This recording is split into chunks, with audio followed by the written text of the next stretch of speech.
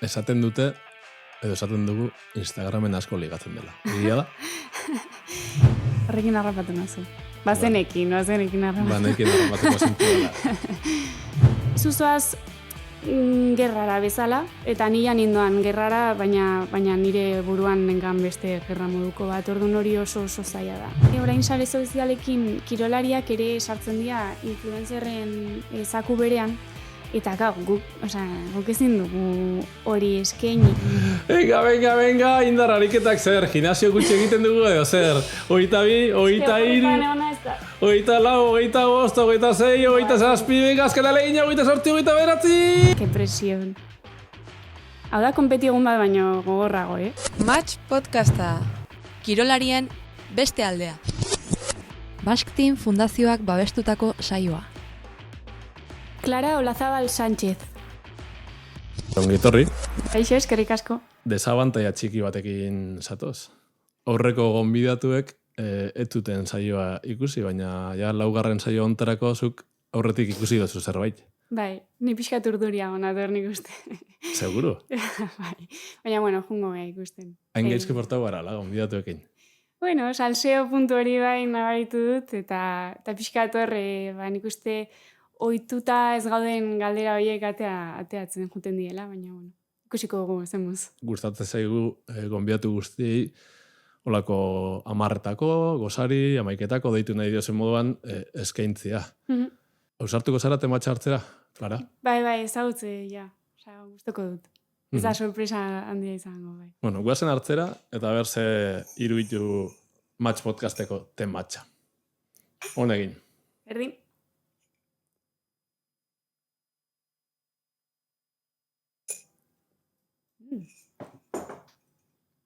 Ni gustatzen zait.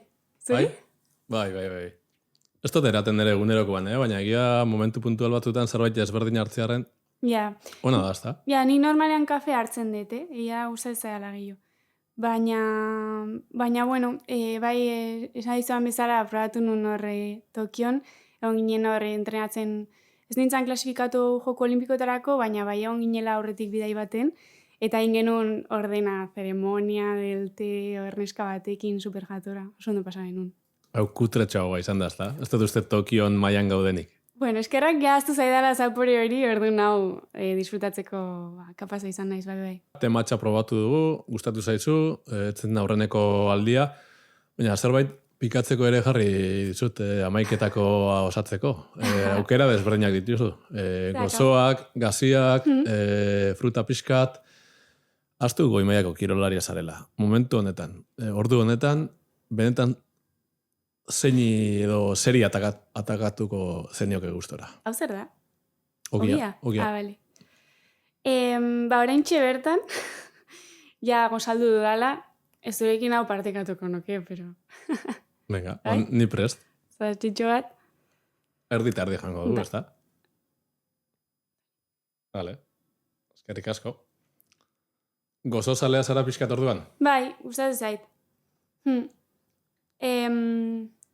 Bai, saiatzen naiz,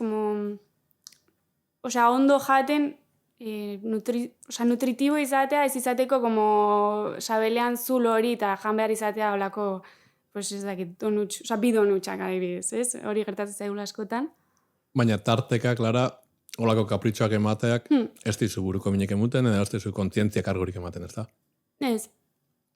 Induan lan bat izan da, bai, lehenok kostatzen zitzadala, pixkat, azkenean, denok dakagu goi mailako kirolariaren irudia, denok dakigu, ze jan behar duen, nola pentsatu behar duen, zenbat ordu sartu behar ditun, baina, bertan zaudenean ere, ez duk esan bezala, pertsonak geha, eta gaina oso gazte hasi geha, eta ez beti izan ditugu, erreferente oberenak, o batzutan internatzaien komentarioak ez dira izan oberenak eta guzti horrek kargatzen du. Orduan, nik ere nire lan egin behar izan dut elikadura aldetikan, eta asko ikasi dut, eta alde hortatikan orain lasai nago. Hau jan dezaket eta pozik eta lasai. Jan lasai, eta edan pixkate tematxa, ura nahi dozuna.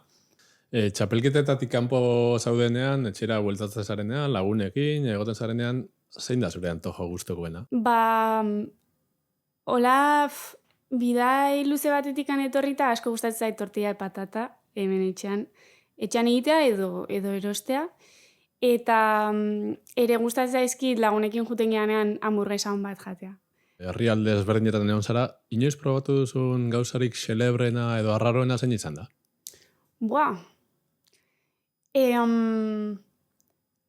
Bai Australian probatu genuela kanguro haragia. Baina ez naiz goratzen nahi oso zati txikia, gematizia gauza. Con los monos que son. Baina ez probatu genuen zatitxo bat eta daniko fuertea. Ez dakat gogoan diri berriro probatzeko. Piskat aurrera egin nahi nuke elkarrezketa honetan eta jakin nahi nuke, piskat zu nolako zeren pertsonalki ez da, arlo sentimentalean eta bestelako gauzetan. Lehenengo jokura pasako gara. Bai.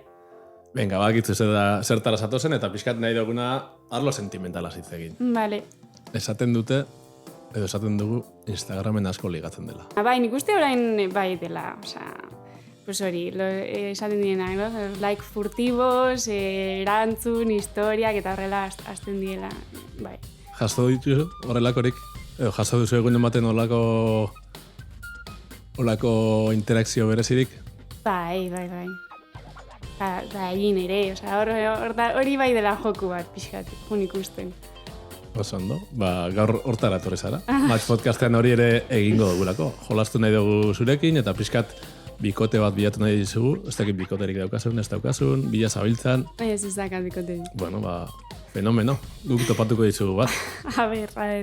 Prest, Bai. Lara, venga, zingo gara. Hemen Euskal Panoramako hainbat pertsonaia ezagun agertuko zaizkizu, Vale. eta nahi duguna jakin, pertsonaia horrekin match egingo zenuen, bai edo ez, eta match esaten dugunean da, lio baterako edo harreman posible baterako. Ez dit, lio festarako, edo trago bat hartzeko, edo faltzeko. Ez. Pertsona horrekin, lio bat edo harreman posible bat, bai edo ez, eta zergatik. Vale. Venga, Peio. Nor da hori, agertu zaitzun Abeslaria. Peio Reparaz. Bai. 34 urte, abeslaria, 71 kilometrotara. Bere musika gustatzen zaite, eta kontzertutan oso ondo pasa izan dut, baina ez nuke matxe egingo. Lio baterako eta harreman posible baterako, ez da zure moduko, ez da? Ez. Oso ondo. Venga, guazen bigarren aukerarekin. Hau ez hau zet. Nor da? Aitzi berda, baina... Aitziber grados, ez da? 25 urte, podcast bat daka, ez? Agertze zait. kasetaria eta aurkezlea. Telebista saio bateko aurkezlea, podcast bateko aurkezlea, kasetaria, hile gorriska, dei urdinak. Oso ondo eramango nintzateke beraekin seguramente. Asko gustatzen zait bere edukina, baina ez nuke egingo. Batematekin egin biharra dago, bestela ez gara urtengo jokutik, Ez. Batematekin egin biharra dago, Lara. Joe, Venga, bazen hirugarren hautagaiaren bila. que presion. Hau da konpeti egun bat baino gogorrago, Hambre! Elosei. Ander, 37 urte, piragüista 500 metrotara. Gertu daukazu hau, nor dago? Hombre, a Dani Laguna. Berarekin entrenatu nun urtetan zehar, eta prestatu genuen Tokioko jokutarako bidea, elkarrekin, eta baina ezingo nuke Eloseirekin. Hau jolas bada. Hau ez da realitate bat pentsatu, Elosegi zure laguna da, zautzen dozu, elkar zautzen dozu, bueno. Ezingo nuke, ez. Ez que... Ez izan geha lagunak... Horrela azten dira harremanazkoa, baina bere neska da nire laguna ere... Bueno, baina ez, pentsa, hemen agertu bazaizu bera ere bikote bila da bilako, Bueno, pues matxe ingo nuke Elosegirekin. Eta azkena, Aiza Intxausti, 28 urte, bertsolaria eta bertso irakaslea. Ez que ez nuke matxe ingo, ez que... Mutia gustatzen zaizkit, orduan... Ondo, erantzen ona. Baina oso jatorra dirudi. Oso ondo, Clara. Gainditu duzu, zaila izan da jokoa. ez dizuet salseo nahikoa eman, nik uste, baina bai, Ander ondo. jatorra ala ondori estatu dut, eta ondo eramaten zaretela. Bai. Venga, jarraituko dugu pixkat, gaur gurera torri dan gonbidatua gehiago ezagutzen. 27 urte bete berri dituzu abuztuan, ume hortatik inozentzia puntu hori mantentzen dozu edo ja pertsona heldua kontsideratzen zara, Clara? Gertatu zait, ez dakit ze gertatu den, baina 26 urte bete nitunean, eman dit krisi momentu. Ez krisi, baina bai gertatu zaidala, gauzak pixkat ezberdin ikusi ditu ala, eta pues, askoz arrazionalago naizela, pues, aian etorkizunerako galdera askoz gehiago ditu dala, azkenan hori datora ardurakin ere ez, askoz autonomoagoa zea, eta orduan azkenean pues, zuzea ardura duen gauza horietaz, eta pues, horrek badu bere pixua, ez? Baina beti nago pixkat inozentzia puntu hori galdu ez galtzeko lanian ere. Ze azkenean adibidez goi mailan ere etorkizuneko emaitzak lortu alizateko pues, amets puntu hori mantendu behar da, eta konfidantza hori naiz eta orain adibidez pues, kompetizioak ondo ez jun jakin gero zure etorkizuneko bertso asko zobea izan daitekela, eta pixkat ametsoiekin jolasetan da gehiago, pues, 13 urterekin pentsatu behar ez nun ze, baina rekuperatzen jun behar da, ez aztu. Irakurri dutenagatik oso umetan hasi zinen, ez da? Piragüismoaren munduan. Gure aita zan piragüista, Espainian nazioartean ibili ziren lehenetarikoa, orduan berak bai transmititu digula niri eta nire nahiari txiki-txikitatik. Txikitatik piragua gainean, probatu duzu beste kirolik? Iten nun igeriketa eta baleta. Eta oraindikan egiten dut pixkat, gustatzen zait entrenamendu aldetikan osatzeko, eta baleta ez dut berriro egin. Clara, hitz egin dazu pixkat zure inguruaz? Zorte handia dakat, nire gurasoak super babesle dira, eta ezakit, niri asko inspiratu naute bizitzarikiko dakaten mentalitate eta gogoiekin, gero kirol arloan oso sartu daude eta gustatzen zaien geuri jarraitzea eta bai. Eta momentu zaietan zure anaia, zure entrenatzaile izatea erresa da? Ez. Esango nuke hori aurten 3. urtea da eta aurten izan da nik uste azkeneko 2 urtetan ikasitakoa benetan aplikatzeko aukera ondo izan duguna, eta ikusten ari da maitzetan eta gure lan egiteko moduan. Eta bai, esan dudana, eske oso proiektu polita da, eta beti nahi izan dudan zehose da, ni beti, Telmo nerekin egontzan ekipoan, berazan piragüista, eta gero egontzan entrenatzaile bezala Holandarekin joko olimpikoetan eta dena. Orduan nik hori ikusten nuen, eta esaten nuen, nire ametsa da Telmo nerekin entrenatzen, eta pues, lortu nahi ditugun emaitza horiek egitea, ze azkenean momentu horiek partekatzea da pasada bat, izan ditugun irabazi txiki horiek partekatzea oso polita izan da. Orduan, bai, orain kudeatzen gaude azkeneko urte gogorro hau, 2024a, pixkat indartsuago bueltatzeko, eta benetan ez ahazteko honek merezi dula, ez? Hau partekatzea merezi dula. Piragüista zara eta euskal piragüismoan referente asko daude. Zein ja sekretua? Testu inguru kuriosoa da, ze guk ez dakagu urbizitako kanalik hemen. Hori da, baina bai esan dakoa, piraguaren inguruan kultura oso handia da, eta azkenean dakagu Bidasoa ibaia, Donostin dakate badia, eta klub indartsu bat, guk bere aldetikan ere, orduan bai izan duguna, nik beti azpimarratzen dut, baina eske ikusten dut nire inguruan beste herrialdetako lagunekin eta dakagu mugitzeko grin handia, motivazio handia badakigu hau gustatzen zaigula pila bat, Eta hontan onak izan nahi bagea, mugitu behar dela pila bat, eta aian, ni adibidez, Laseura jo nintzen bizitzera, urtetan zehar, han online karrera egin, nik nahi nun hemen egin, baina beste karrera bat erabaki eta han entrenatzen egon. Eta banekin hori zela, nire ametxetarako ordaindu beharreko prezio bat, eta egite duzu gustora.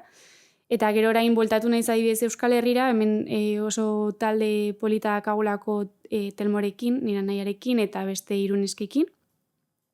Orduan, horrek, ni badakit ondo ibiltzeko denboraldian zehar, egin behar dugula 3-4 bidai frantziera astero. Pora, ez da? Bai. Horrez artea asko. Pora. Hori da zure gustoko instalazioa? Oso polita da, bai. Da munduko kanade orientaiko bat.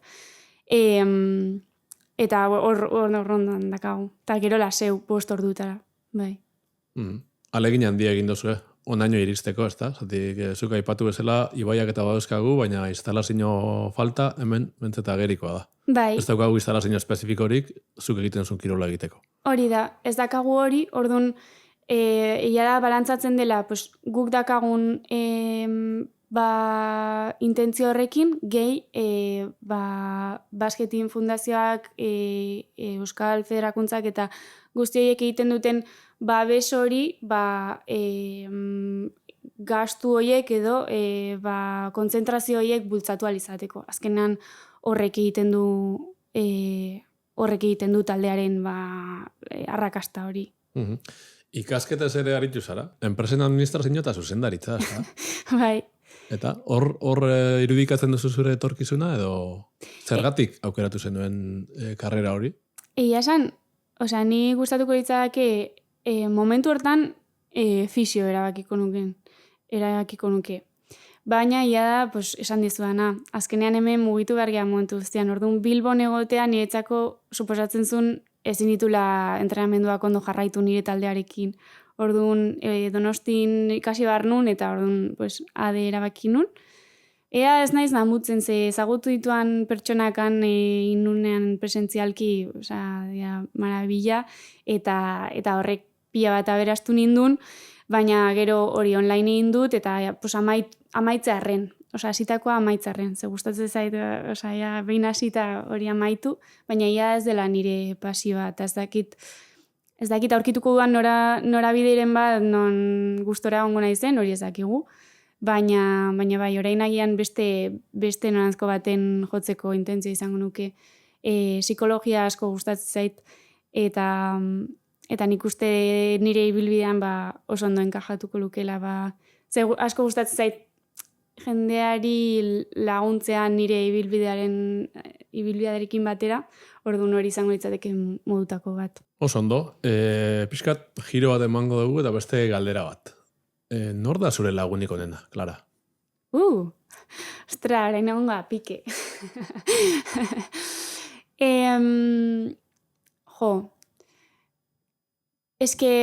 Adibidez, nire kuadriaekin dakat oso relazio berezia. Baina egia da, urtean zehar gauza gehien partekatzen dituanak piragua arloekin, nire bi lagun diela katalana eta aragonesa bat. Eta horiek esan behar ditut lehen, egia da, beraik, momentu intentsoenak azkenean nire bizitzan daude piraguaren inguruan, kompetizioaren inguruan, eta beraiekin partekatzeko aukera izan dit, orduan, bai.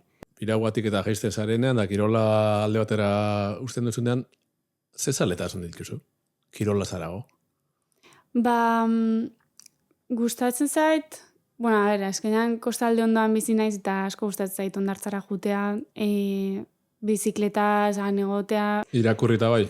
Irakurri ikusentzune askoak ezakit, pelikulak, seriak, bai edo? Bai. Eskatuko dizut, kaskoak jartzea, ze orain modan dagoen serie baten trailerra jarriko dizut.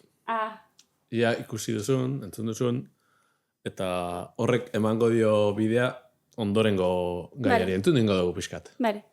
Ser deportista de élite supone mucha presión. No te fíes del talento. Fíate del esfuerzo. Vamos a entrenar. ¿Te has perdido? ¿Ahora o en la vida en general? Ven, que te hago una visita guiada por esto. Badakizu, ze iridaz nabilen, ezta? Bai, ezautzet. Kendu dezakezu nahi bazu, Ze serie da? Olimpo, seria. Ikusi dozu? Bai, justo orain Pragan egon geha munduko kopan eta esan genuen, bueno, venga ba, aste honetan hori nire gelakideakin, leirerekin, egon ginen ikusten. Ikusi ez duen horrentzat, zer buruz da, Olimpo seria?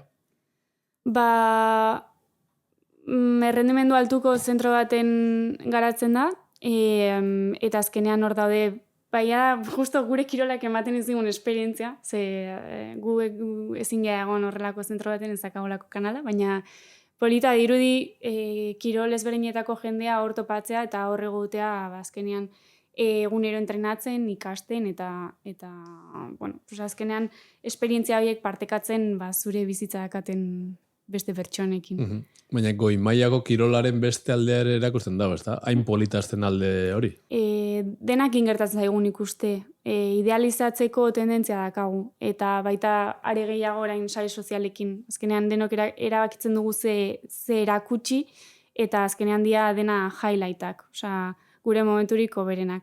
Ni horregatikan esaten nuen posturearen kontua, ni saiatzen naiz erakusten, bai, obviamente erabakitze ze erakutsi ez dut dena erakusten, baina bai saiatzen naizela pixkat bai momentu honetan eta ezain honetan jarraitu posteatzen eta izan nahiko hurbila alde hortatik ze azkenean denok ditugu gora berak eta nik uste denoi gustatzen zaigula konektatzea ere gauzak hain ondo ez dijoaztenean.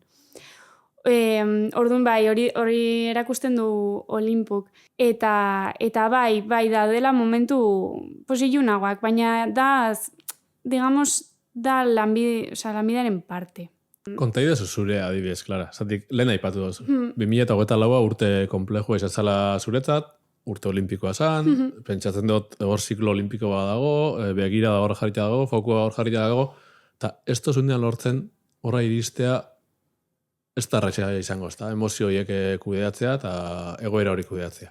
Ez da bate erreixa, oza, ni nahiko zuloan egon naiz. Ez nintzen ondo iritsi mentalki, ni anengon horrela, eta orduan, zintzea iritsi, digamos, selekzio frogak, bueno, urtero dia, baina selekzio froga olimpioak bereziki, ze normalean klasikatzen geha 3 pertsona, baina joku olimpikotarako bakarra da. Orduan, batek lortzen duna, besteak ez daka. Orduan, hori gogorra da. Eta interes aldetikan mugimendu asko daude, jarrerak ez dia batera errexak kudeatzeko, eta orduan, zuzoaz gerrara bezala, eta nian indoan gerrara, baina nire buruan nengan beste gerra moduko bat. Orduan hori oso zaila da. Ze egon beharrean irteeran zure zirkuitoan eta zure gauzetan ondo egon, gustora egon da zure pentsamendua kontrolatzen eta zure bertxoriko berena emateko prest, zaude ez duzula horregon nahi, eta hori oso gogorra da. Horren ondoren, mentalkian gaizki egon da, izan nun lesio bat, ez zan sorpresa izan zen, nire gorputzak erreakzionatzen du modu horietan mentalki ez dagonean ondo, eta bueltatzea udara amaieran konpetiziora gustora egotea eta aurten beste denboraldi bati aurre egitea gogoekin izan da, irabaztea. Ulertzen duten, Clara, indartzen ari dela, ziklo olimpiko berri honi begira, eta pentsatzen dut zure ametsa eta helburua hor dagoela, ezta? Kasu honetan, Los Angeles izango da, 2028an? Bai, orain nago oso enfokatua aurtengo denboraldian, eta gero jungo naiz ikusten. Baina da gehiago niretzako mentalki errexagoa delako. Eta nik uste ziklo gogor batetikan indartsuago iristeko behar dudalako. Baina ametsa jarraitzen du hor. Bai. Momentu hobetan eguneko zaude piraguismora? Bai, aurten saiatu naiz beste lan moduko bat lortzea, baina ez dut lortu, ze azkenean daramagun ordutegia ere oso zaila da. Eta gure egutegia ez da astelena nau, aste hartan nau, eta aste buruan hau tokatzen zait, mugitzen da aste batetik bestera. Orain gaude hemen, baina gero goaz Frantziara, eta gero goaz Esloveniara, eta gero ekipoaren parte bat Alemaniara, gero goaz Australiara, osea, da logistikoki ez da erreixa esatea konektatuko nahi 8 lautara eta inguta. Orduan, hori da nire zailtasunetako bat.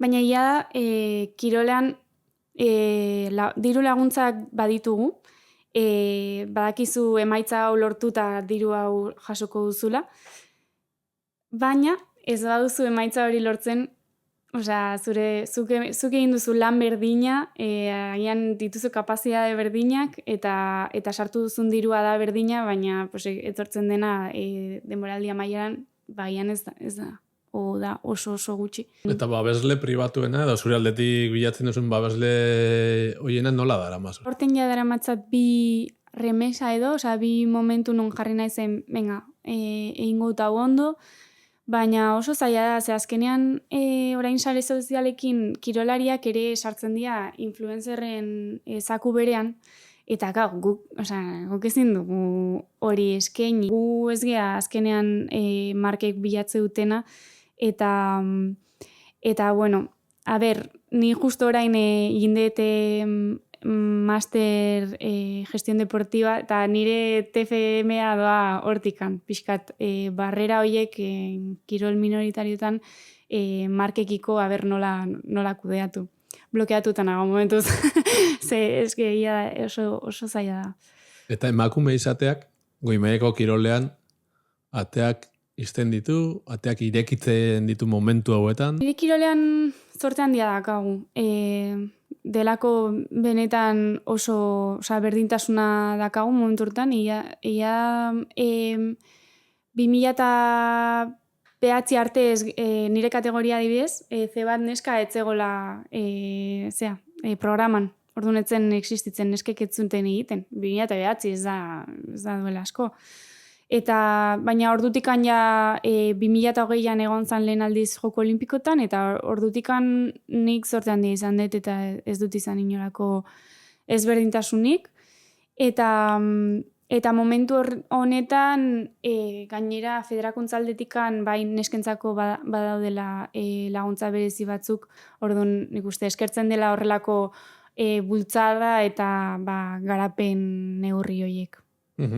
Gaur, elkarrizketa guztia euskera hutsen egiten ari gara, zer presentzia daka euskerak zure egunerokoan? Egia da, orain taldean nahasten dugula desente, baina beti dago presente. Ematen diogu merezi edo behar duen garrantzia, edo horre badaukagu nono betu? Badakagu nono betu, bai, euneko egun.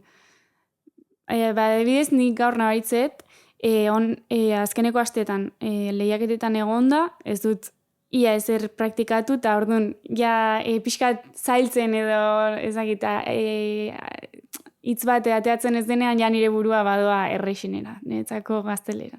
Eta hori pena bat da. Eta gai sakonak landuz bukatuko dugu bloke hau. Euskal Herrian muga dagoen espazio hortan edo inguruan bizitzara, ze iritzi daukazu, horre pasatzen denaz, migrazioan kontuaz adibidez? Bai, ikusi izan ditugu, zenbait egoera, azkenean entrenatzen egonda, eta, bueno, azkenean ikusten da jendeak dakan beharra eta berdintzaien nola, baina, gurutzatun nahia, eta oso gogorra egiten zait. Espero dut jutea gauzak pixkat hobetzen, eta bueno, eske laguntzea moduren baten jende horri.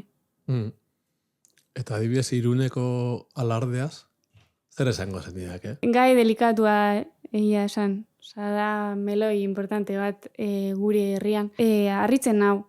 Eta batez ere jende hain gaztea, ikusita hain sartuta feminismoaren inguruan eta gero herritako jai bat horrela mantentzea. Harritzen nau, baina bueno, ikusiko da pixkate ze norabide hartzen duen. Nire aldetik pena emateit, bai. Urrengo blokera pasako gara, Lara, eskatuko dizut berriro ere kaskoa jartzeko, eta entzumenaren jolasera joango gara, bale? Bale. Entzumenaren jolas hontan, egingo duguna da nazioarteko herrialde desberdinetako hainbat erezerki jarri, eta nahi dudana jakin, ia gaizaren erezerki hori zerrialdetako dena asmatzeko. Vale.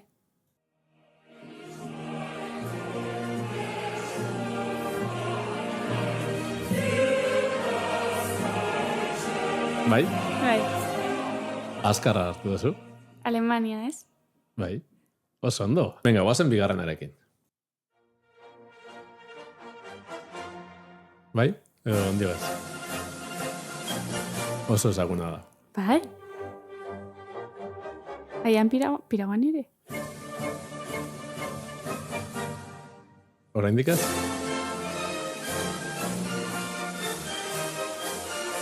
Agian beste kirol batzutan gehiago, baina...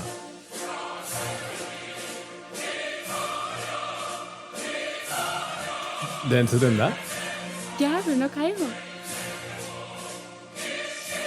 Ez? Venga, hemen inguruka. Italia da? Bai, Vale. oso ondo. Gustatu zait, Bitik bizoaz, Gustatu zait, hau. Eta ziren esan diazu, gaizki pasatuko zen duela. Bizi ze erraxa biten. Gaurko podcastean. Ia. Venga, bazen hirugarrenan bila. Egin.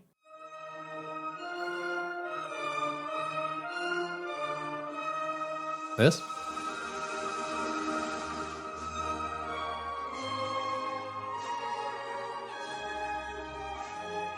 Hau da la gertukoa.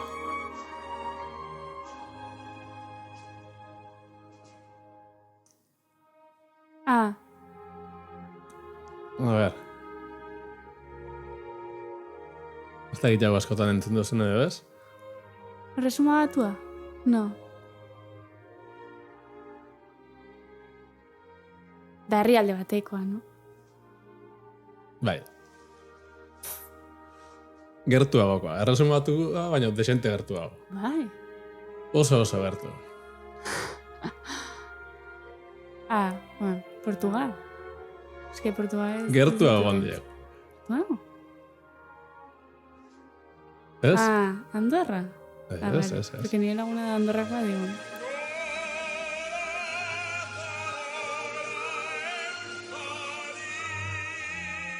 Zer esan dago hor? Zer hizkuntza dago? Euskera da. Ez da gizera. Ba, nungo izango da, erezerki hau. Ez da gi.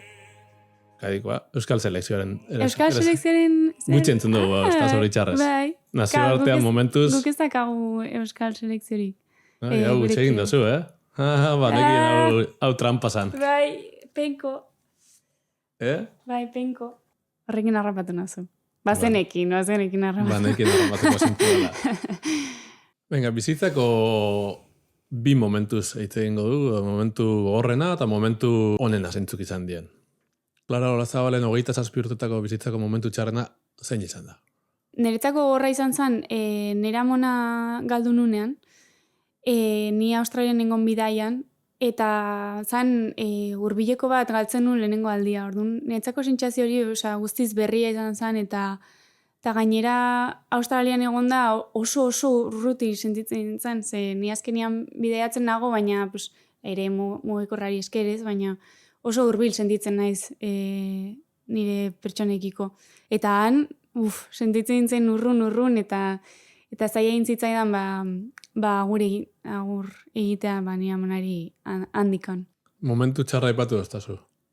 Momentu ona zen ja, zure bizitzako momentu onena. Netzako oso berezia izan zen, la Seudurjelen izan genuen munduko txapelketa, ze prestatu genuen mimo pila batekin justo ara jo nintzen bizitzera, osazan nire etxea bezala, eta justo entrenatzen nuen nire referentekin zela Ander Elosigi eta Xabi Taberna, eta han kompetizio garrantzitsuenean finala egitea eta 5. gelditzea, eta Elosegik zilarra lortzea izan zen pasada bat. Da gaina momentu hortan horrek esan nahizun jarraitu nezakela Tokioko Joku Olimpikoetan tako leian jarraitzea, orduan netzako izan da pirauak eman dizkidan momentu politenertariko bat. Oso ondo. Ja azken blokera pasako gara. Vale. Eta bakizu Zer datorren, ez da? Erronkak. Euskaberrek babestutako tartea. Mikel Inazi Soroda momentuz lehenengoa, azkarrena, 20 segundu eta 1300 zuritu zuen. Hortik oso gutxira, 20:53ko markarekin Eukene dago bigarren, eta Keoni Lasak ere lortu zuen. 29 segundu eta 72 Beraz, venga, nik emango dizut egositako arrautza hau, Euskaberreko arrautza zoragarri hau, Vale. eta esku bakarrarekin jaso, esku hori, prest, 3, 2, 1, aurrera! Clara Olazabal Piraguistak arazoak ditu gaurko joku honetan. Venga, eman, kolpe gogor bat. Ezin da, venga, 13, 14, 15, ez? Venga, golpetxo bat eman. Behan, eta zaiatu, venga, oraintxe, 20, 21, 22, venga. Ai, zezaia, ze gaizki egozita dagoen. 28, 29, 30, denpora! Clara. Lamentable, ze gaizki. Ai. Ez duzu gainditu, baina non dago arazoa? Gaizki egozi dugu, edo... Ez dakit, baina super gogorra, Bai. Eta gero, honek, eta gau pegatua, Oso pegatu dago, ez da? Pero bueno. Ai... Bakarra zara momentuz Ja, kepera. Bueno. Eta bestea, pues hau ikusten nun... baina ikusti orain zer errex. Ja. Lehenengo golpe hori kostada, ez da? Bai. Bueno. Bueno, lehenengo joko ez duzu gain ditu. Abilezia aldetik, makal xamar edo igual gure arazoa izan da, baina... Gurintxi. No pasa, ez da zen notatzen. Venga, bigarren zure indarra neurtuko dugu jarraian. Eta hau ja bai, Euskaberreko arrautza normal bat, ez dago egozita, saiatu behar zara, zure atz erakusleak goian jarri, Vale. atz lodia behan, eta beste 30 segundu izango dituzu, arrautza puskatzen saiatzeko. Vale. Hau lortuko dugu? Hau asko zaiago ikusten dut. Ia esan. Osta, eske, guk indarra egiten dugu hemendikan. Hemen, pasadiren irukirolaritatik bakarrak lortu du. Eskalatzaileak, ez? Segundu bat eta 700. Segundo. Eukenek eta Keonik ez zuten Eske... apurtu. Venga. Berotuko dut. Hartu arrautza.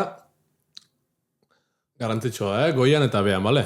3, 2, 1, aurrera! Venga, Clara! Abilezian kostatu zaigu eta indarra ere makal xamar momentuz, Goitik eta betik, Arrautza ondo eutzi.